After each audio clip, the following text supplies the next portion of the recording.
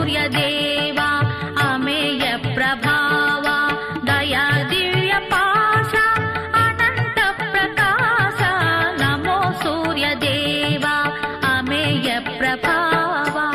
పాండవులు లక్క ఇంట్లో కాలిపోయారు అని వార్త వచ్చింది. కృష్ణుడికి తెలియదు వాళ్ళు బతికున్నారని తెలుసు. అయినా బాహ్యంలో ధృతరాష్ట్రుణ్ణి ఓదార్చడానికి వెళ్ళినట్టు హస్తినాపురానికి వెళ్ళాడు. ఈయన ధృతరాష్ట్రుడి దగ్గరికి వెళ్ళిన సమయం చూసి ముగ్గురు సమావేశమయ్యారు. అక్రూరుడు, శతధన్వుడు, కృతవర్మ. వీళ్ళు ముగ్గురు సత్యభామని అడిగారు, సత్రాజిత్తుని మాకిచ్చి పెళ్లి చేయమని అడిగారు ముగ్గురు. అప్పటికి ఆయన కృష్ణుడు శమంతకమణి ఇవన్నీ వస్తాయనుకోలేదు. మీ ముగ్గురులో ఎవరో వాళ్ళకి తప్పకుండా ఇస్తారేవో అంటుండేవాడు. ముగ్గురు అలా నోరు తెరిచి కూర్చున్నారు, మనకి ఎవరికో వాళ్ళకి ఇస్తాడులే అని. అకస్మాత్తుగా శమంతకమణి ఈ అల్లరంతా జరిగి కృష్ణుడు తెచ్చి శమంతకమణి ఇవ్వడంతో సత్యభామని కృష్ణుడికి ఇచ్చి చేసేశాడు. వీళ్ళు ముగ్గురు శత్రువులయ్యారు. మనకిస్తానన్న పిల్లని మన ముగ్గురులో ఎవరికో ఒకళ్ళకి ఇవ్వలేదు. ఇవ్వకుండా తీసుకెళ్లి కృష్ణుడికి ఇచ్చాడు. ఇంతటి మహాభక్తుడు అక్రూరుడు గాంధిని యొక్క కుమారుడు. ఏం మాటలు కాదు. ఎందుకంటే గాంధిని పుట్టినప్పుడు కాశీరాజు గారి భార్యకి పుట్టింది ఆవిడ. పుట్టినప్పుడు ఆవిడ బయటికి రాలా. బయటికి రాకపోతే తండ్రి ఇల్లు అడిగాడు, అమ్మాయి అన్నాళ్ళకి బయటికి రావేమమ్మా, 12 నెలలు అయిపోయాయి కదా అన్నాడు. అంటే నాన్న ఒక ఏడాది పాటు రోజు ఓ గోవును దానం చేయి, అప్పుడు బయటకు వస్తానండి. అలా దానం చేస్తే బయటకు వచ్చింది కాబట్టి, గోదానం వల్ల పుట్టిన పిల్ల కాబట్టి గాంధిని అని పేరెట్టాడు తండ్రి. ఆమెకి పుట్టిన కొడుకు అక్రూరుడు. అందుకని మహాభక్తుడు పుట్టుక చేత. భాగవతంలో అక్రూరుడి గురించి వర్ణిస్తూ నమస్కారానికి ప్రతినిధిగా చెప్తారు. శ్రవణం కీర్తనం విష్ణోః స్మరణం పాదసేవనం అర్చనం వందనం దాస్యం సఖ్యం ఆత్మ నివేదనం అని నవవిధ భక్తులు.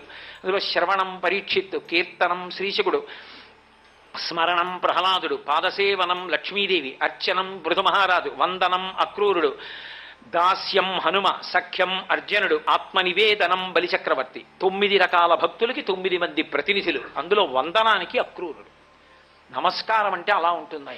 ఆయన రథంలో వెళ్ళిపోతుంటే కంసుడి దగ్గరికి ఆయన వెళ్ళి తీసుకొద్దాం కృష్ణ భగవానుణ్ణి అని చెప్పి బృందావనానికి వెళ్తున్నప్పుడు కృష్ణుడి పాదముద్రలు కనబడ్డాయి. సాయంకాలం వేళ ఇంటికి వెళ్ళిన పాదముద్రలు అంతే. తద్దర్శనాహ్లాద సమృద్ధ హృష్ట అని ఆయనకి విపరీతమైన ఆనందం వచ్చేసింది. ఆయన వెంటనే ఒక బంగారు దండము నేల మీద పడిపోతే ఎలా పడిపోతుందో అలా రథంలోంచి నేల మీద పడిపోయి ఇది కృష్ణుడి యొక్క పద రజస్ అని అందులో దొల్లాడు.